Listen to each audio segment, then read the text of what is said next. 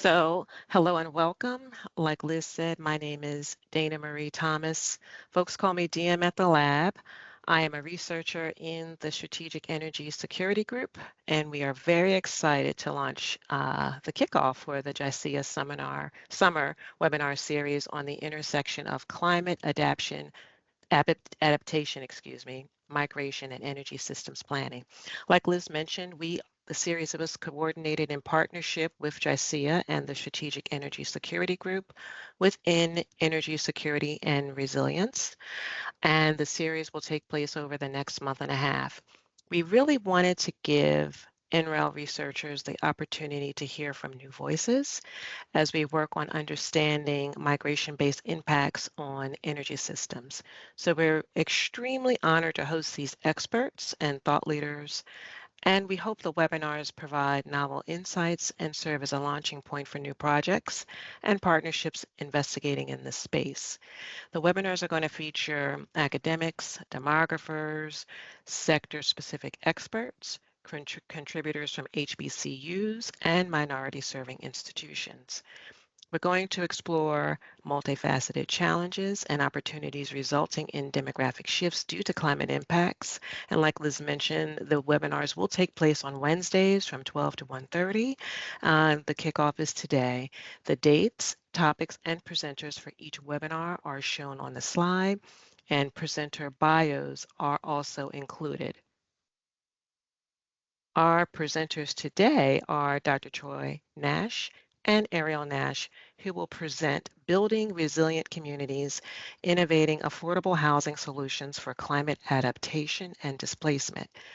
Dr. Troy Nash is the CEO of the Nash Group, which specializes in affordable housing and strategic consulting. And Arielle Nash is co-founder and president of the Nash Group, where she oversees the development of affordable housing, workforce development, and mixed income housing projects with both private and public sectors. So I'm going to let Dr. Nash and Arielle come off camera. Yes, we are here. All right, okay, great. Go ahead, Dr. Nash. Well, thank you very much. We appreciate the opportunity to be here. But first, let me just do a little bit of good housekeeping. Dr. Doris, it's a pleasure to meet you.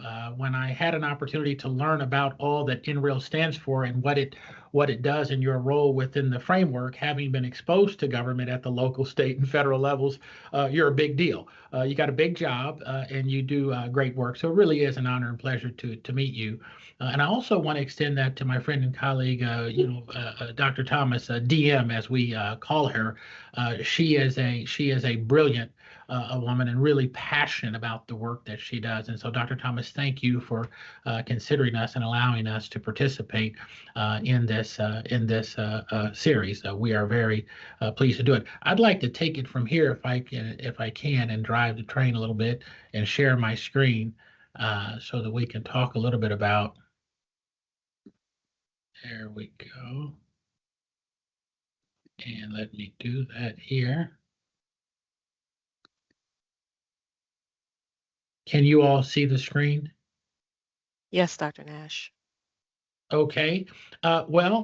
You've already talked a little bit about why we are here and the topic for today's discussion, building resilient communities.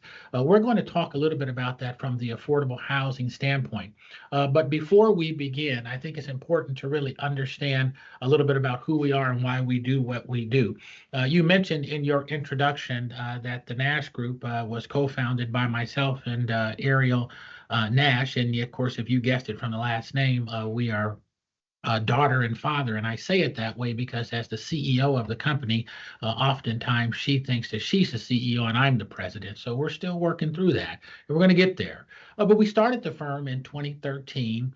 And the idea was really very simple. I had come up in an environment such that it was very difficult. In other words, the proverbial other side of the tracks. And in doing so, became probably more sensitive than most to issues dealing with the various social determinants of health, how we live, work, and play, and all that that represents. And so it was a challenging childhood. And so when I had an opportunity to put myself in a position to do something about it, I thought it the better part of wisdom to do so. We build affordable housing in underserved and economically deprived communities. And I say that we do that on purpose. We want to do this work. But we also have a very robust consulting practice that allows us to go in to do comprehensive housing studies, market analysis, comprehensive plans, and things of that nature, economic impact studies, and the like. And finally, as part of our overall package of services that we offer, we have a vast education and training platform. Everything you ever wanted to know about affordable housing but was too afraid to ask, and other real estate related topics. And so that's really our service platform. We, as I said before, look for ways to provide affordable housing solutions that's really not just economically viable, but that is resilient to the changing climate. And frankly, in my discussions with Dr. Thomas and others, we've been able to appreciate that even more. We work with all different levels of public sector entities, to include the local government, the county government, the state government, the federal government, and a series of private sector partners, and also nonprofit, philanthropic, and foundation partners to sort of achieve this goal. Our approach, we think, is unique in the fact that we, there's one thing to talk about energy efficient technologies and what that means to affordable housing, but it's quite another to do it. One of the things we find that when you develop in economically deprived and underserved or poor communities, there are any number of challenges that one has to contend with.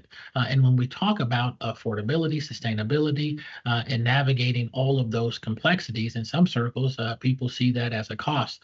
We understand and recognize that there are real costs associated to adhering to these standards, but we're willing to pay the price to do so because we believe in long-term, promoting long-term sustainability. And what we see in the few projects that we've done is a big impact. It's changing lives. And of course, there is a payback period associated with many of these energy efficient kinds of technologies, and we're eagerly anticipating those to pan out as instructed. So our vision is very clear: to create resilient communities where everyone has access to affordable, energy efficient housing. We believe that this is critical to mitigating the impacts of climate change, which is real. We're not climate deniers, we're climate believers. And so we're glad that you all are with us today. And with that, I'll let Arielle begin to talk about some of the challenges that we face and how we go about resolving those challenges. Thank you, Dad. I appreciate that intro. So before we really dive deeper into the issues behind displacement and climate change and the interconnectedness between housing, we really need to dive deeper into the challenges. Why is this really taking place? What is causing this? So one of the main factors surrounding this issue is natural disasters. So the first of which we're going to be looking at is wildfires. So wildfires have a significant issue in California. That is one of our biggest states by population and by landmass. So that's why we're going to focus on California for a little bit. So the Dixie Fire was one of the largest and most significant California fires ever in its history. It was in July 13th, 2021, and it burned nearly 1 million acres. That could have been used for more housing. It could have been used for a lot of things. As we move on looking to wildfires, there was the Dixie Fire. It was the largest single wildfire in California's history as well. The Caldor Fire on August 14th, 2021, burned nearly 2,100 acres, 835 acres. That's insane. The Oak Fire was a significant wildfire in 2022, and that was literally visible from space. So imagine the considerable damage that was done to our land. You can physically see it from space.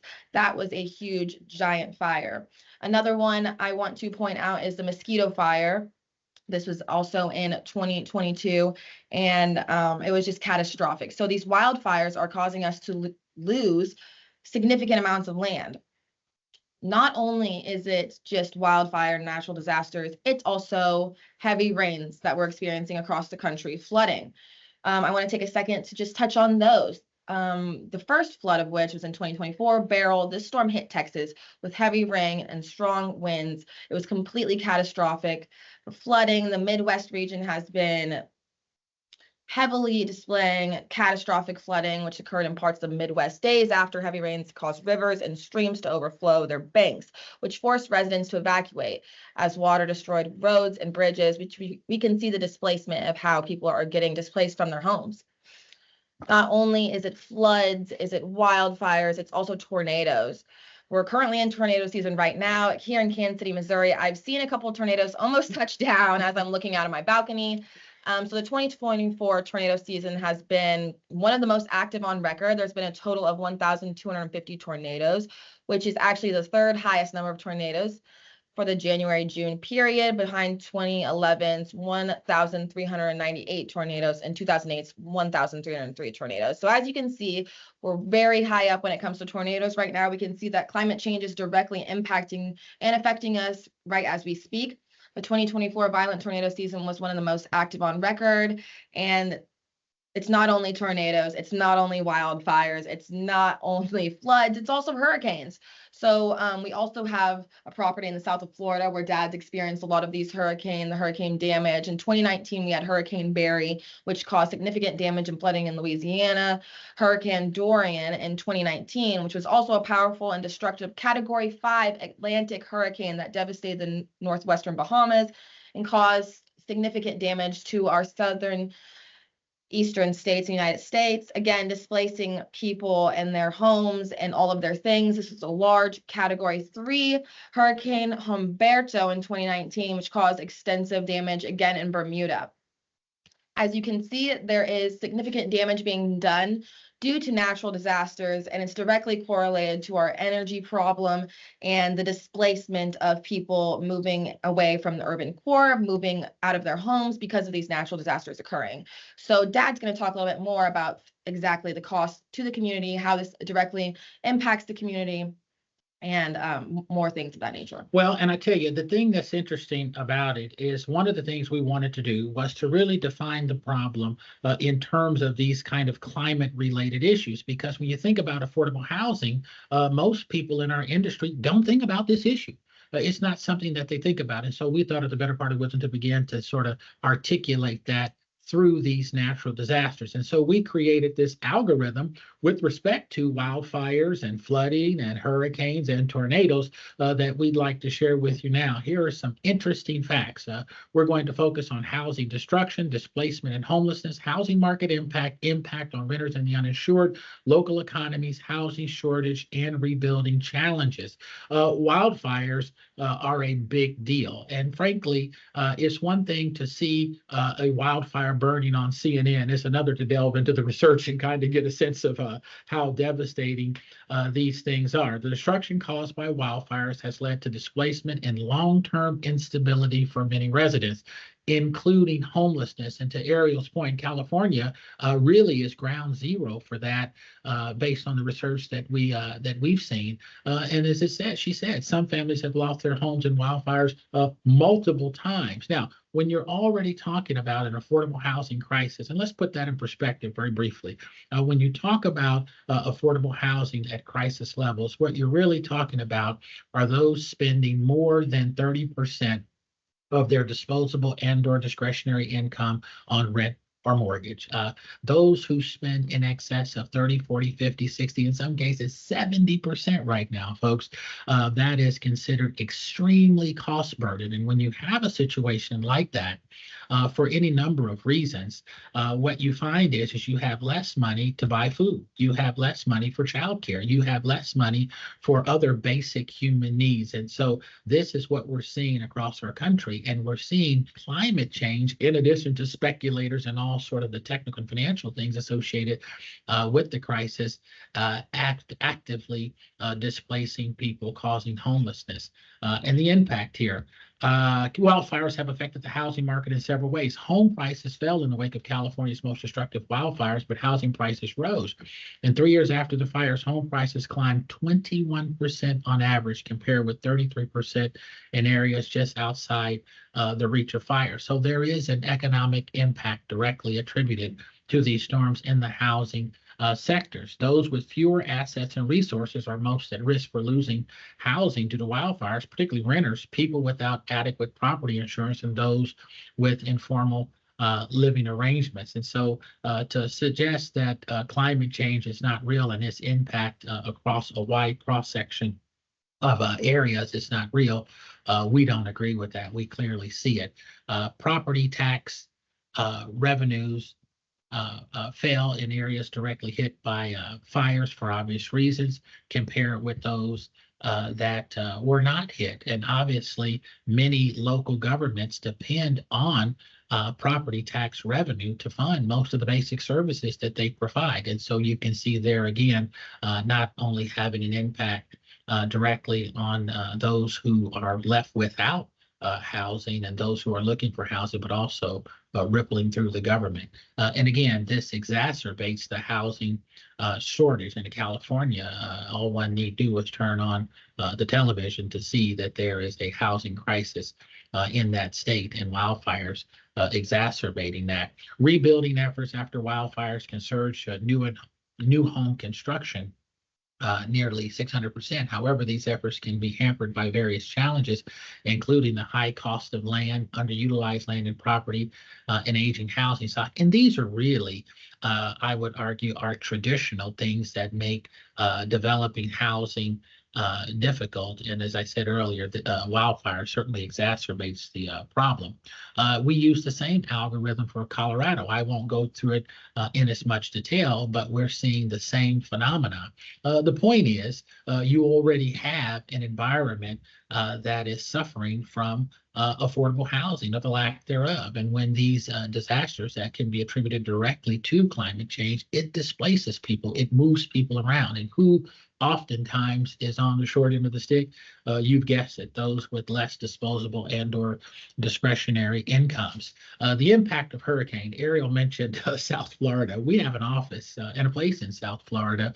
And so we thought that the biggest thing we'd have to worry about is flooding along the Missouri River and occasional tornado. But the reality of it is when you're in different parts of the country, and Florida is probably ground zero for this, the cost of natural disasters attributed to climate change is actually profound. And I'll give you a real life example. We purchased a property about a year ago. And already, while we've seen some level of price appreciation in the South Florida area, we've also seen corresponding property tax bills and insurance costs go up astronomically, so much so that insurance companies in not just South Florida, but across Florida are closing up shop. They said enough is enough. In other words, the cost associated with providing insurance in those areas has gone up astronomically. And then when a hurricane hits, of course, you have to honor those commitments. And so the state has stepped in to create, in essence, its own insurance company, although many feel that it's inadequate and not funded accordingly to meet the need there.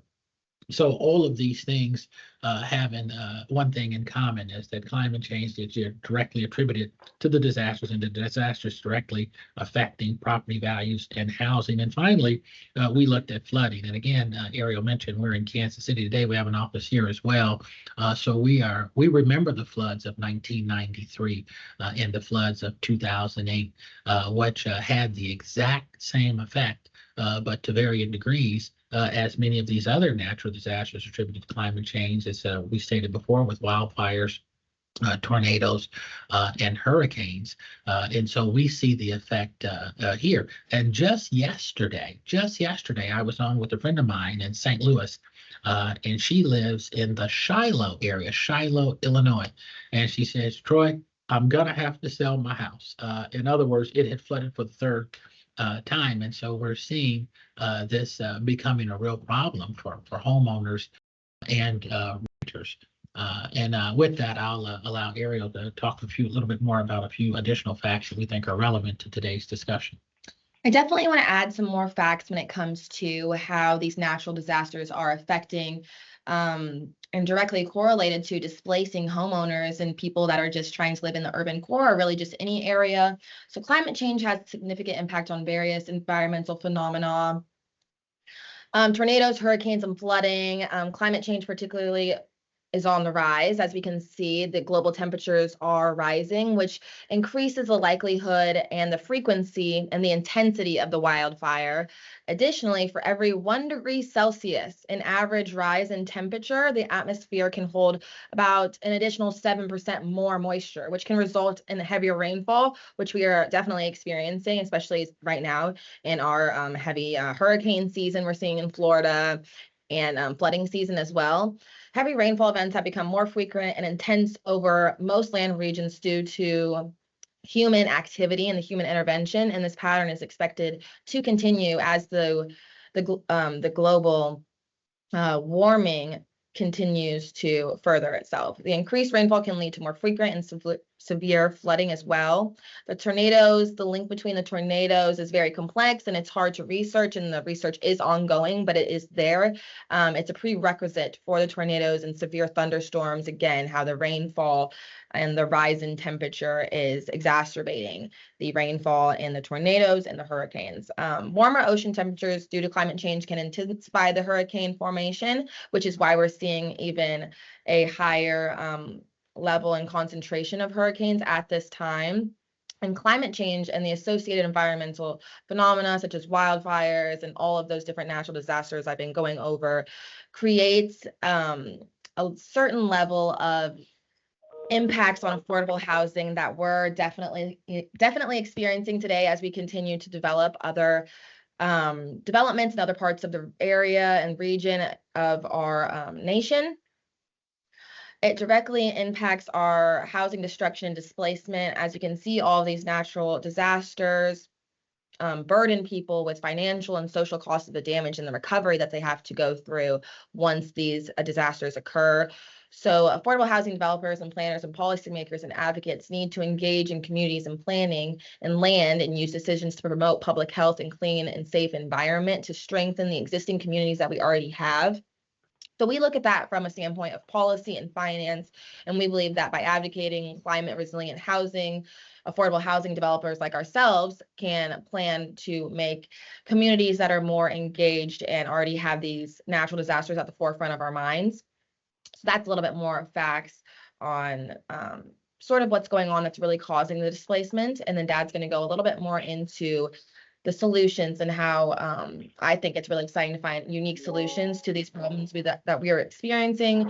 As Dad said, we are firm believers in global warming, and so we want to be a part of the solution. So we have thought of some unique ones, and we are seeing some solutions being used not only in our nation, but throughout the world to help the economic and financial constraints that this definitely proposes. Well, another thing I would mention here with respect to challenges to developers. In other words, when we develop, we have to acquire land, put together the financing, take the risk on, as we say in our business, the vertical development, and navigate the entitlement process with the local authorities, in some cases the city. And if you're sourcing state and federal monies, there are requirements there. And we're seeing actual real cost increases because of these kinds of things that we've been discussing. Now, keep in mind, this is yet another added cost to the overall development picture. When you talk about high interest rates, which is a big driver of the work that we do and the costs associated with it. During COVID, for example, supply chain issues and the costs associated with that, high input through energy costs from shipping oil overseas, all these things coming together. So you imagine you take an already difficult situation and you add all of these kinds of things that we've been talking about, and it makes it darn near impossible to develop affordable housing. And affordable housing is not like our market rate friends who will go to a bank and take a risk on the development, and they lease it up, and the tenants pay the note and so forth. Because these areas are underserved and economically deprived communities, the risk profile associated with developing them is difficult. And so to the extent that you can mitigate and look for materials and things like that that make these homes more resilient and energy efficient, we should do it. And that dives right into some of the solutions that we see to begin to sort of turn the tide here. Construction methods and materials are at the top of the list, more energy efficient materials. And the way we see it, as more and more developers, affordable housing, market rate developers, and those who do mixed income development, as more and more begin to embrace this kind of belief and desire to want to provide these kinds of homes, we see those costs coming down over time. And it is an education process. One of the things that we see when we talk about resilience and reducing the carbon footprint and all those kinds of things, sometimes people kind of look at us a little strange. And we're used to it. And so we're pushing for it and advocating for it, so that this can be to begin to be reflected in the local legislation that is passed via an ordinance, not just a resolution, an aspirational kind of thing, but an ordinance with teeth in it, suggesting that this is the way the city wants to go, and maybe even acknowledging some of those costs associated with implementing these things on a broad-based scale, and then looking for ways to mitigate those costs through some level of subsidy to incent behavior over time. One of the things that Arielle and I spend a lot of time doing is stakeholder engagement and community outreach, and really going to communities before you put together a development plan and asking what those communities want. And here is a myth that I just want to hit on directly. And Arielle, we've talked about this before. When you go to communities, the conventional wisdom is if you're building in a poor community, somehow these people don't care about energy efficiency and resilience and the impact of storms. That's simply not true. And I would encourage those who may be listening and those who are involved in this space, raise the issue and see what kind of responses that you get. People do care about this stuff. People are paying attention. And so certainly more policy advocacy and strategic partnerships with like-minded organizations and individuals. You know, a group sends a stronger message to the other side. And so this kinds of partnerships could help build a support base to persuade lawmakers to behave in a certain way. We mentioned education and training. We have a very significant education and training catalog on our website at nashdg.com. You all can take a look at it, and you see where we actually talk about not only the social determinants of health and the non-clinical factors that affect how we live, work, and play, but we incorporate resiliency in our affordable housing production and like issues. So we're talking about it and trying to do what we can. Now on insurance, dealing with the insurance company, I have my own views about that. I don't see as much commitment to more energy efficient kinds of programs that I'd like to see, but we're not going to give up the fight. And then finally, long-term planning. If we don't do this, we all know the ramifications and consequences associated with our planet. And so we are going to continue to advocate for it. So these are just some of the strategies that we feel very strongly about, that we would encourage you and others to take a look at to begin to sound the alarm. And now, Arielle, you'll talk a little bit about what challenges affordable housing developers face. Right. So affordable housing development, that is our niche. So this directly impacts us. So what are some of the challenges that we are facing right now? It comes with financial constraints, regulatory barriers. There's a lack of awareness and knowledge. There's insurance challenges. There's limited availability of suitable land based off of what we just talked about, those natural disasters. There's a resistance to change as well. Some people don't even believe that global warming is a thing. Complexity of implementing resilience measures. So all of these different aspects play into implementing strategies to mitigate the impacts of climate change, right? So the financial constraints, first of all, we need to build resilient and energy efficient homes that can be more expansive. It can be more expensive due to the higher cost of resilient materials and energy efficient technologies. So what we're seeing now is, and it's it's really near and dear to my heart because as a millennial, we want to be very sustainable and we want to use energy efficient materials in our projects. So becoming an affordable housing developer, I definitely was keen on finding more materials that would be sustainable and energy efficient, but those materials are much more expensive. So that's definitely a financial constraint, but it's something that I think is very important as we continue to build developments and projects that, our kids are going to see. So we need to maybe take the time to put in that extra money and get those energy efficient materials because it is going to be good with the longevity of things. Regulatory barriers. There might be zoning. You might not be able to build on a certain area, less vulnerable to impacts of climate change. So we want to find areas and locations that are not going to experience maybe as many negative impacts of climate change. But again, that's very hard to do so. So another lack of awareness and knowledge. I'm not going to go super deep into this, but some people aren't aware at all that this is going on, and some people are. And I think a notion that Dad hit right on the head is just because people live in the urban core that they're not necessarily interested in sustainability is just not true. In actuality, these people that are living in low income areas, which the urban core is exactly that, they are experiencing the most of these negative effects. So they do care about, having let's say solar panels built into the developments. We've definitely talked extensively about having solar panels built into our developments to be a little bit more energy efficient, as well as the materials that are going into our developments. So I think that's something that we need to stay focused on. Again, the insurance challenges, insurance for properties in areas prone to natural disasters, as we know, is a lot more expensive. So as we continue to build in places like Florida, we're seeing, hurricane insurance and having to make sure the walls are thick enough and things of that nature. So there's a complexity of implementing these measures, and there's a complexity of implementing resilience measures, because this can be a challenge for developers who may not necessarily have the skills or the resources. And that's why we think that education and raising awareness and knowledge and doing things like this webinar is really important so that we can sort of mitigate these challenges that we're facing so that more developments, more projects can be produced, but that they are sustainable and energy efficient as well. Okay. So how do we overcome these challenges?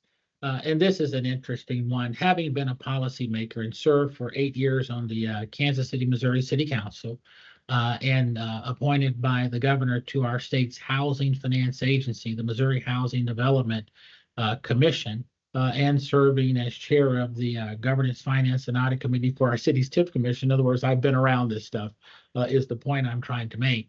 And governments have to understand and realize that as a matter of broad-based public policy, if in fact you want to push forward these kinds of measures to begin to change behavior over time, you're going to have to do it in a way where developers can still earn a profit. In other words, projects have to be financially feasible. And to the extent that these costs continue to increase from not only the natural or sort of organic things associated with affordable housing development, but is exacerbated by these things we've been discussing here, affected by climate change, government's going to have to recognize that. And you see some of that with the moving toward in other sectors, electric vehicles and all sorts of tax credits for different things.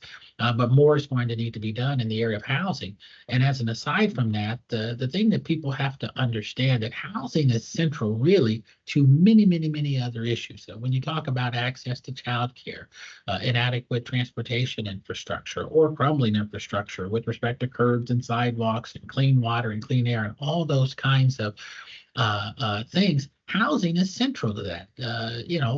Without a place to live, many of those other things sort of fall away and become not as important. And so you would think that our friends at the local, county, state, and federal level could be persuaded in understanding that they need to work collectively to provide the necessary incentives so that, market forces, you have to pervert them a little bit to incent people to maybe participate in these areas, particularly early on until it becomes the standard. Continued education and training. We will talk to anybody who will listen about it. And sometimes when I go to conferences and things like that, and they see Arielle and I coming, I can almost see the look on their face and whispering, there's those sustainable, resilient people. Again, they call us names like that. It's like sustainable, resilient people, which is not very nice. Uh, but in all seriousness, collaborating with others and really at the onset, when we're talking with our public sector, private sector, and our nonprofit partners, saying to them flat out, this is a priority for us, and what can we do to bring it into fruition and to cause it to become a reality in terms of providing affordable housing that is resilient, that is sustainable, and that really speaks to the displacement associated with all these kinds of natural disasters caused by climate change that occur. And then finally, we talked about community engagement, which is really part of long-term planning. Make sure that pregnant in the analysis are those values, those things that are important to communities and to families with respect to affordability and resiliency and sustainability. They all go together and all tie in together. So, Arielle, you want to talk about a few things that the Nash Group is doing specifically in some of our projects? I do, for sure. So I did touch on a couple of these things quite briefly, so I'll go into them with a little bit more detail. So like I said, it's very near and dear to my heart to be very keen on the sort of developments that we are producing. I don't want to necessarily go a traditional way of development, which would use, not necessarily sustainable materials. So when we're looking at our developments and our projects, we are definitely looking for sustainable building materials. So that can come in the form of recycled steel, and recycled steel is definitely a sustainable building material. It takes less energy to produce and reduces waste in production. Another really interesting thing that I've come across and that we're trying to incorporate into our projects is insulating concrete forms. So ICFs are a type of construction material that provides excellent thermal insulation, and it significantly reduces the need for energy when it comes to heating and cooling. So I think that is very interesting as well, and we're going to be implementing that too. So fiber cement sliding is a durable and weather-resistant material. It's also resistant to fire, which can be important when considering areas like California that are experiencing, tremendous wildfires that is doing considerable damage to areas that could be developed.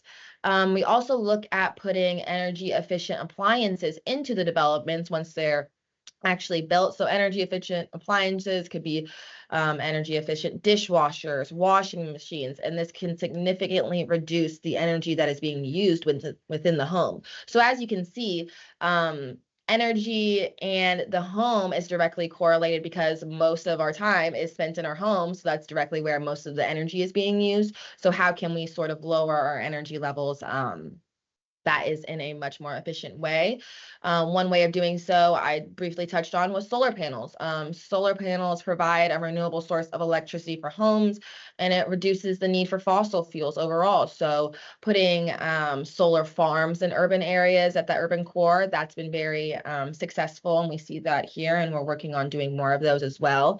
And then having high efficiency HVAC systems. So the heating, cooling, ventilation, that is a significant part of the energy that's going within the home. So how can we reduce that energy by using high efficiency HVAC systems?